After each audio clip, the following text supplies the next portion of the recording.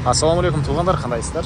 Назарыңыздарда қайырдан эле базар жоқ каналы. Бүгін 10 июль 2023 жыл.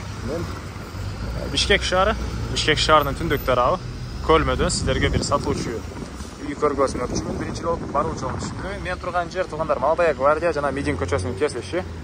Ушул жерден батыш карай Мидин көчөсүнө барасыздар туғандар. Азаттык көчөсүнө жетсеңиздер, сатылуучу үйүбүз жайгашкан.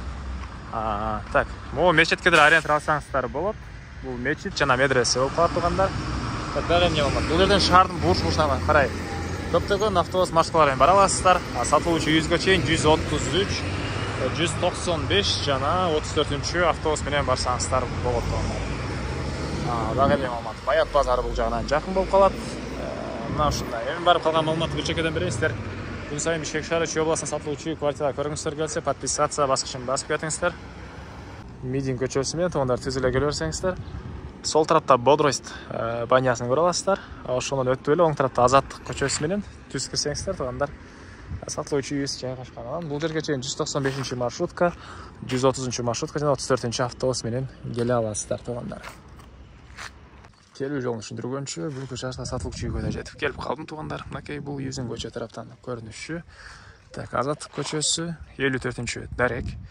Мынакей жолдор орто кеңдикте тугандар. Природный газ жаңы эле келиптир. Киргизүү керек. Центральный канализация жаңы трубалар өткөрүлгөн тугандар. Алда жакын каракта кирет экен. Мынакей көчө тараптан көтөрүлгөн забор жана эң эле түндүк чек арасы ушул забор бүткөн жерге чейин, бул жака чейин. Эң эле түштүк чек арасы бул жерге чейин. Анан батыш чек арасы бул кошунанын пескоблоктон болгон заборуна чейин, үй ээсинин осмунтордон болгон забору бүткөн жерге чейин болуп калат тугандар. Мынакей. Жалпысынан жердин аянты Кызыл китебинде 4 соток, фактически 5 сотоктай бар экен. 5 сотоктай бар. Так, дагы эмне маалымат? Электр энергиясы бар, суу бар тугандар.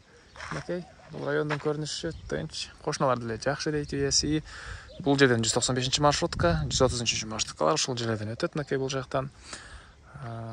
Жана 34 автобус деле тугандар ушул жерден жүрөт. Андан ары көчө тараптан көрүп тургансыздардай дарбаза, темирден болгон дарбаза орнотулган. Арт тарабында мындай черешня абактары, бул жактары стяжка болуп тур тугандар. Андан ары короосуна кирип калган маалымат берейин. Мынакей бул сатылуучу үйүбүздүн короосу.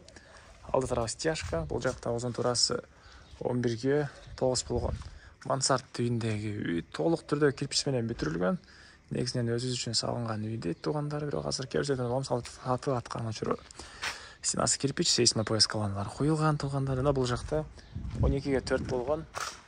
Ал жагында прихожка 3 бөлмө, бул жагында чакан 1 бөлмөдө турган мондай үйүбүз бар. Азыр көчөдө үй ээлери ушул жакта жашашат жана стенасы бул жактыкы бышпаган кирпич тугандар.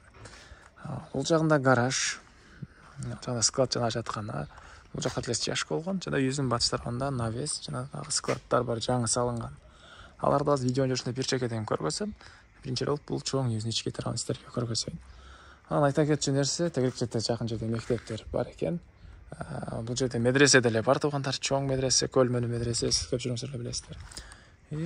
Мынакей үйүздүн негизи кирүүчү эшиги мынакей бул жактан орнотулат. Үй ушул даражага чейин бүтүрүлгөн, мансард түйүндөгү үй тугандар. Киргенде коридор. Бул коридордун калган бөлмөлөргө өтүп кете аласыз. Мынакей бул жакта 1 бөлмө. Бул жагында дагы 1 бөлмө мынакей.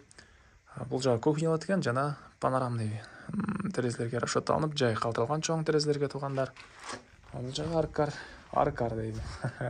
Арка түйүндө салынган. Мынакей. Бул бөлмөнүн. Андан ары бул жагында дагы 1 бөлмө. Чыгыш тараптан чоң терезеге жай калтырылган. Үйдү тарабы мансардка решето алынган тугандар. Бул дагы 1 бөлмө мынакей.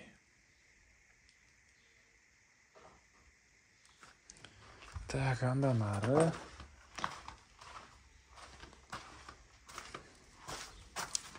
мынакей бул жактагы 12ге 4 болгон үйүбүз.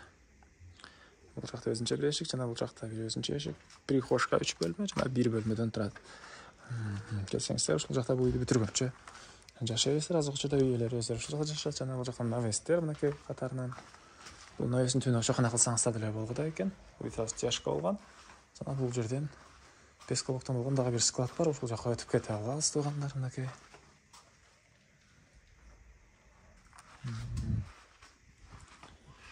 Дагы эмне маалыматы? Газ на трубалар орнотулуптур. Жакын аралыкта кирет экен. И канализациянын да трубалары орнотулган туугандар. Ал да жакын аралыкта кирет.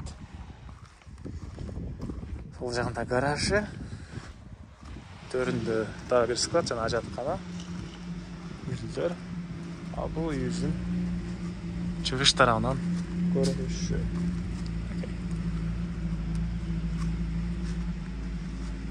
Так. Бул үйдүн баасы $67,000 сурап атыптыр туугандар, ээлери.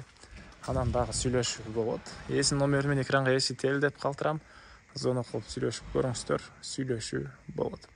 Анан достор менен, группалар менен бул видеону сиздер бөлүшсөңүздөр, мага бул үй ээсине чоң жардам берген болосуздар туугандар. Анда эмесе мен сиздер менен коштошом. Кийинки чыгышка чейин саламатта калыңыздар.